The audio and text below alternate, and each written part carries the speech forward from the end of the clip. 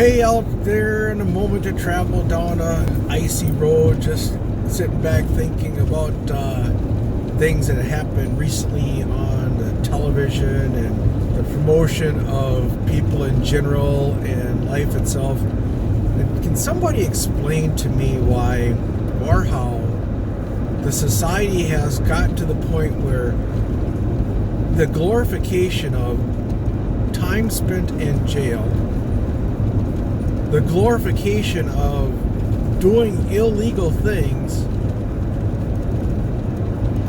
has more recognition and credibility and honor system than plain old hard work? You go to school, you try to get good grades and look for opportunities, and you've got to search and struggle through all the blessed nonsense of internet lies and crap and just goofy, stupid stuff in order just to try to make a surviving living. And it keeps seeming to me like those who lie the most get the best platform. So if you work hard, you're constantly just having to work hard. Yup, you have to search for your own break. And yup, you see everybody who's successful say, never give up, never stop trying, never stop working hard, never give up on your dreams and goals, never stop pushing, keep reaching out. But the hard part is, you reach out to an individual such in that nature and you go, hey, take a look at what I'm doing. Give me some ideas. I'm not asking for money. I'm asking for just some insight. And it falls on deaf ears because way too many people have asked the question. Well, where do you go for this? Ask the question. I was watching a video by a guy I looked up to when I was a kid, Arnold Schwarzenegger, because he was a bodybuilder. He was from another country. It was awesome. I mean, he sculpted himself out to be just unbelievable as Mr. Universe. And so then he became an action movie star. And I was watching a video about him saying, work hard, educate yourself, educate yourself, educate yourself. But what happens when you educate yourself and you can't find that door to step in? What happens when you educate yourself and you can't get the opportunity, or how do you find that opportunity to get that book deal? How do you search for those things? How do you keep pushing and pushing and pushing and looking for those simple things? I mean, you watch where I work at a location, there's a housing complex south of me where these people get to stay for free. And it's like, okay, so if I'm a drug addict, which the debate of whether it's a disease or not a disease, but if you reach over, grab the handle of it, put it in your mouth, that's not a disease. If it crops up in your body naturally on its own and you have no control over it, that's a disease. Just an opinion. But if you've done this damage to yourself, I'm supposed to pay my tax dollars to help you. Well, why is it there's no system that I can reach out to say to the mayor, the governor, the state, take a look at this idea and give me some real feedback? I've written letters to Congress, I've written letters to the governor, I've written letters to the president, and I get these generic letters back. It's like it doesn't even get read or looked at because some aide somewhere goes through it, sends out the thank you note for the letter.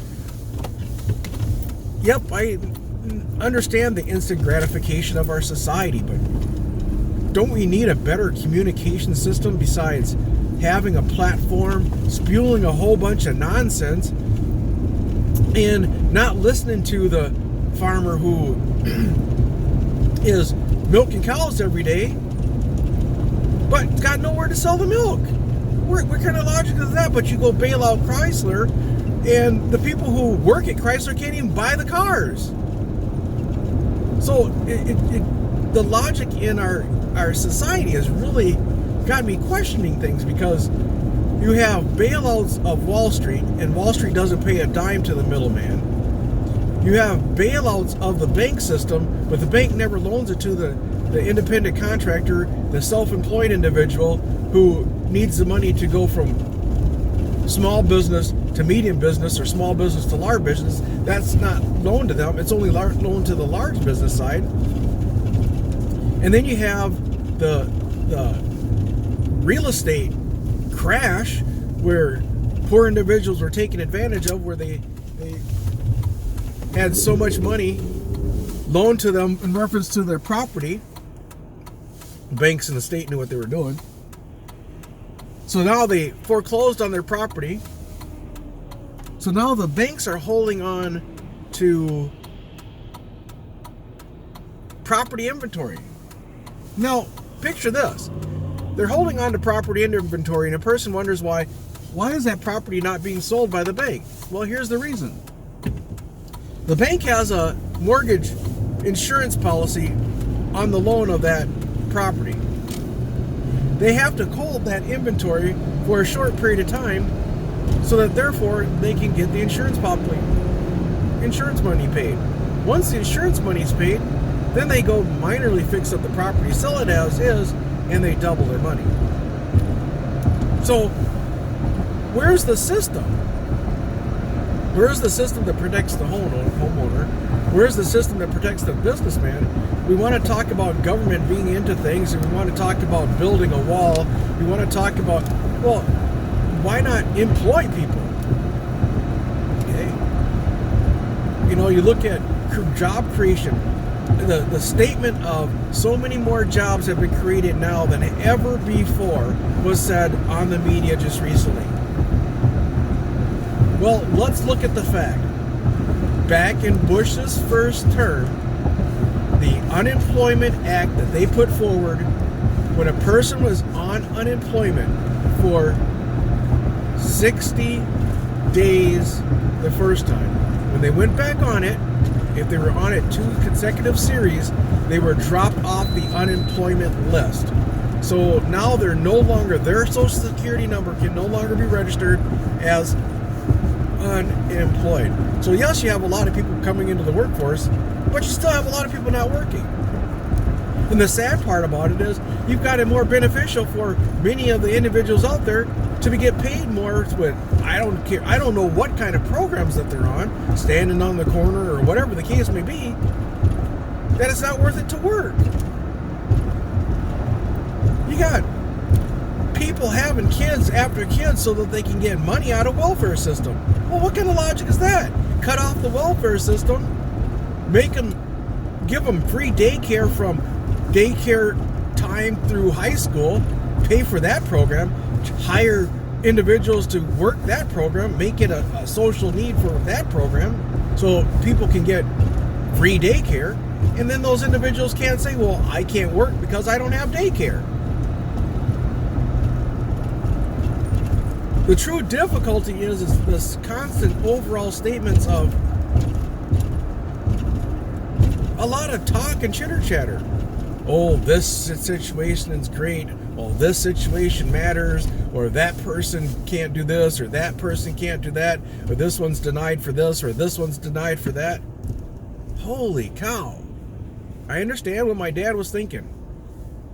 Now being over 50 and, you know, wishing I could sit in his chair and talk to him again, I understand what he was thinking. I understand the frustration. I understand it more, Dad. I truly do. You know, I understand working really hard and not seeing an end to your hard work just because of opportunity restriction. How do you get around it? What avenues do you seek out? You can't look at anybody else to do your motivating for you. You can't look at anybody else to do your work and understanding for you. You can't do it. You can't get anybody else to do it for you. Yes, you have to do it yourself. But the big question is, if you're doing it yourself, how do you get to the doors to open? You can talk to a lot of people. You can make your own way. I look at businesses around my area that have grown, and you go, how did you grow? Well, the hard part about it is you can't do the asset building now that you could do back in the late 80s. You can't buy property like you could buy in the late 80s. You can't buy just materials like you could do in the late 80s. You can't structure yourself like you could do in the late 80s. You can't get the loans like you could do in the late 80s. You can't repay the loans like you could do in the late 80s. So then you have the silicon world where people are making inventory money or technology money. What about the hard-working person who's getting technology out? I work partially in the technology world and listen to people talk about understanding technology. I don't know.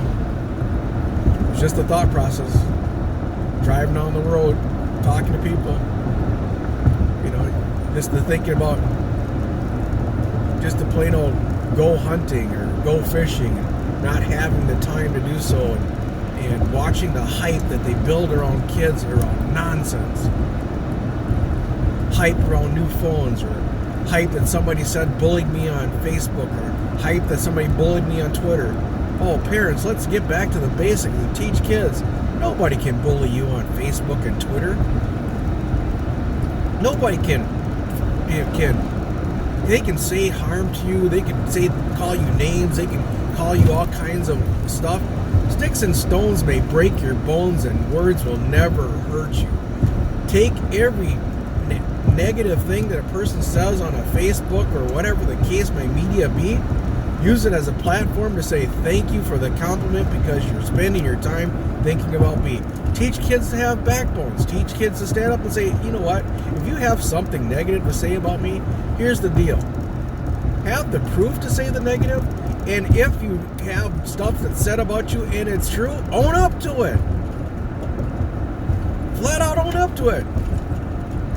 Oh, you said such and such. Yep, I did. Oh, you made the mistake. Yep, I did.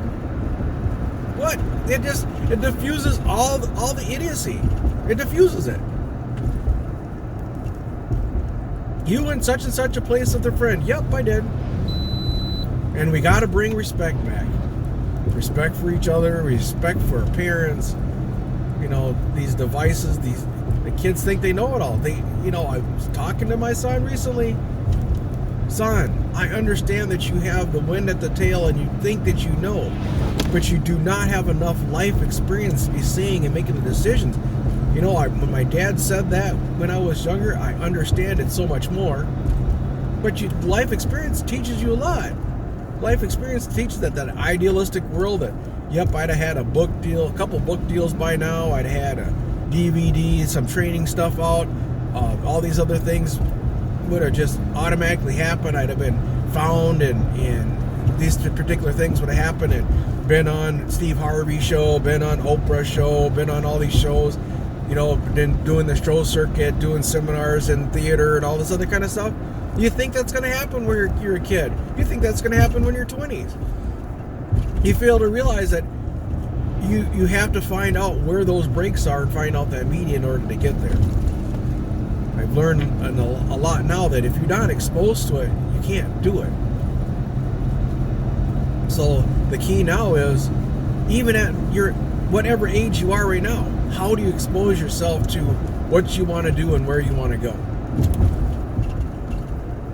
You can't do it pretending.